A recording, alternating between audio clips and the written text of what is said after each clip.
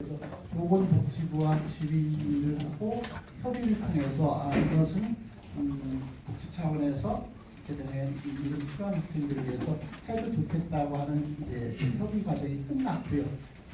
그래서 우선은 이제 그 초중중학교 학생들을 대상으로 하려고 하는데 예산 혹시 얼마인지 여기 나오지 마요.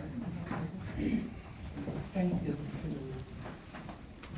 어쨌든 하려고 하고요. 왜냐하면 인천 지역의 학교가 좀 거리가 있는 학교에서 지금 통학버스를 운영하고 있는데 먼 곳에 거주하는 몇몇 학생들을 그렇게 해결하면 나머지 학생 이 통학버스의 그 운행 시간이 좀 짧아져서 너무 일찍부터 고생하지 않아도 되는 분들이 있고 그래서 점점 확대해야 할 건데 일단 올해는 시작을 그렇게 하는 거고요. 네. 예. 행정국장 정관욱입니다.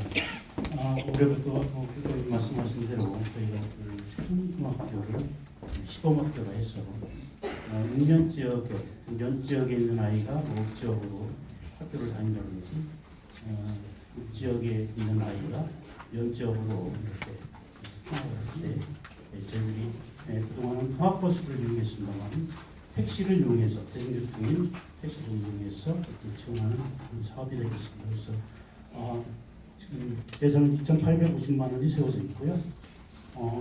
세종중학교를 운영을 해서 또 결과를 토대로 해서 다른 학교도 지금 통학버스 운영을 하는데 그것이 장점이 많으면 조금씩 확대해 나가서 이런 시스템을 됐고요. 그래서 이왕 말씀을 드리면 사실 매우 좋은 뜻으로 시작하는 사업인데 이게 또 학교에서는 이 통학버스 하게 되면 버스 회사와 누가 교섭을 할 것이고 그것을 또 예산이 우리 학교에 수록한다고 얼마나 예산이 내려오면 그걸 또 지급하고 하는 업무를 누가 담당할 거냐 이게 학교 안전을 담당하고 있는 선생님이 해야 되냐 이러면서 그 업무가 늘어나는 거에 대해서 선생님들 부담이 말씀하셔요. 그래서 이걸 하는 것이 그냥 안 하면 안 될까 이런 생각을 하시기도 했다 싶어요. 그리고 실제로 그런 걱정들 하시기도 하고 그 부분을 택시사와의 계약이나 이런 걸 교육청에서 직접 담당하고 거기에 필요한 그 예산 지원이나 이런 것들도 학교의 업무가 추가되지는 않게 해 나가려고 합니다. 그 외에도 혹시 학교가 이제 뭐 처음 시작한 일이다 보니까 과도한 우려나 염려를 하는 경우도 있어요. 혹시 그랬다가 사고가 나면 어떡하나 뭐 이런 얘기 그런 것들은 보험이나 이런 걸 통해서 하고 또 그 요즘에 하고 이제 세상에 보니까 범죄 이런 것 때문에 당연히 우리가 계약하는 택시의 이런 기사들의 그런 마법 조회나 이런 걸 통해서 안심할 수 있도록 저희들이 책임 있게 해 나가야 되겠다 이런 생각을 하고 있습니다. 하나하나만 보시는데 청원택시 세종시 안에서 이 전례는 없고요. 다른 도시에서 교육청이 하지 않고 지방자치 단체에서 아산하고 근데 지방자치 단체에서 한 사례는 있는 것으로 알고 있습니다. 교육청에서 이 사업을 한 건 없기 때문에 저희가 이번에 복지부하고 직접 협의를 통해서 그런 말씀드리고요. 통학로 안전지킴이 작년도 예산이 얼마였는지와 그거하고 학교폭력제로센터도 차례차례 얘기해 주시죠. 예, 기획조정국장 이주입니다. 통학로 안전지킴이 사업 규모는 2023년도에는 60교를 대상으로 해서 4억 760만 원을 지원을 했었는데 2024년도에는 70교 대상으로 해서 5억 890만 원 지원을 하면서 저희가 25% 이렇게 증가하게 됐습니다. 예. 네, 대입지원단의 구체적인 내용을 소개해 주실 분 국장님 하실게요? 아니면 그 진로교육원한테 안 오셨네? 김영장 학관님? 네. 좀 말씀해 주시고요. 그렇다고 학교폭력제로센터는 홍영수 장관님? 예. 그 차례대로 말씀해 주세요. 간략하게 해주세요. 네. 진로교육원에서 진학 담당하고 있는 연구관 김웅현입니다.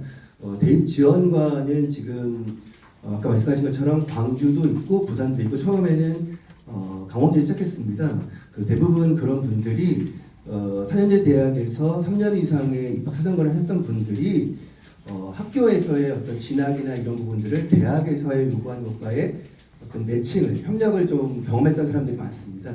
이런 분들을 모시고 이제 교육청 다니면서 진행을 하고 있는 입학사정관 출신의 대입지원관이고요. 올해 저희가 한 분을 모시려고 하고 있고 그 조건으로 아까 말씀드렸던 그런 조건에서 가능하면 입학사정관 출신이고 또 한 번 교육청과 학교 단위에서 이런 지원을 했던 분들로 지금 이제 모집을 하고 있고 3월 1일자로 저희가 배치돼서 진행할 예정이고요. 진로교육원의 진학부에 이제 저희가 자리를 하면서 우선 가장 중요한 건 읍면지역 대입 지원관의 책임을 좀 맡는 부분들을 더 강화하려고 지금 생각을 하고 있고 무엇보다 제일 큰 건 이런 분들이 단위학교, 그러니까 고등학교에서 어떻게 진학을 대학에서 요구하는 것과 매칭을 할 수 있을 것인가가 핵심입니다. 그래서 고등학교의 세종에 있는 성장한 고등학교들의 정밀한 분석을 하고 1년에 한두 번씩, 그러니까 2번 정도 이상은 가서 진단과 함께 통합적으로 학교가 어떻게 진학을 제대로 할 수 있을까를 고민하는 그런 역할을 하게 될 것입니다.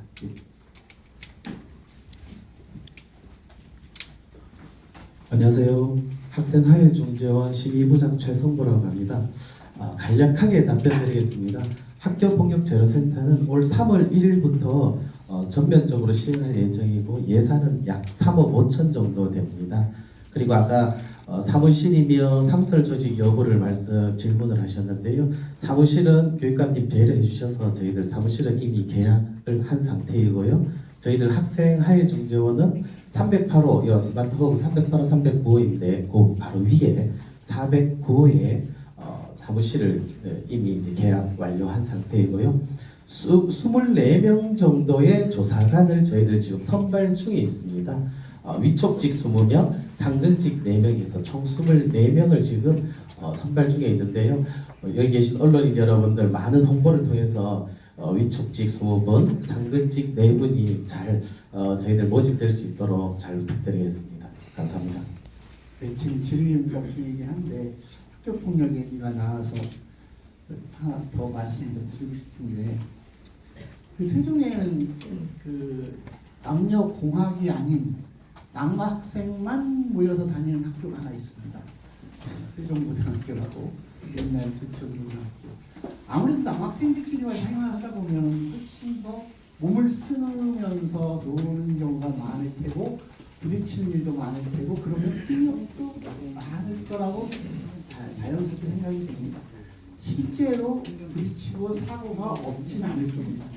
그런데 세종고등학교가 2023년 학교폭력 심의 건수가 한 건도 없습니다. 이건 참 놀라운 일이고, 그러니까 학교폭력이라고 하는 것이 사실 아이들 간의 작은 다툼이 왜 없겠습니까? 근데 이런 것들이 학교폭력 심의까지 가지 않냐고 선생님들의 노력과 이런 과정을 통해서 오히려 그 문제 잘 해결하고 더 우애가 돈독해지게 되는 그런 경우, 또 이런 것은 아까 잠깐 말씀드렸습니다만 관계중심 생활교육을 일상적으로 쭉 하고 그런 일들이 선생님들이 잘 해나가실 수 있게 교장님 감독님께서도 같이 노력하시고 지역사회가 함께 해주신 덕분이라고 생각합니다. 그 세종고등학교의 그런 사례 속에는 세종고등학교 동문회가 그 어느 때보다도 학생들에 대해서 굉장히 관심을 가지고 지원을 하면서 작년에 그 스포츠클럽 대항전이라고 있어요. 거기 축구를 세종시 대표로 세종고가 나갔는데 결승에 나갔어요. 우승 못했습니다. 근데 거기에 동문들이 막 저 멀리까지 여럿이 함께 가서 응원하고 막 이러면서 그 학교도 그 과거에 비해서 상당히 대입 성적들이 굉장히 향상되고 이랬거든요. 이런 과정이 전체적으로 학교 분위기를 아이들에게 자존감 있게 되고 자부심이 높여지면서 학교 폭력이 이렇게 제일 많이 걱정한 학교에서 한 건도 없는 이런 사례를 보면서 혹시 세종고 출신이 있으시거나 언론인 중에서 한 번쯤은 그 학교 어떻게 가능할지 한번 취재를 해서 소개해 주셔도 좋을 것 같다는 생각이 들었습니다. 네.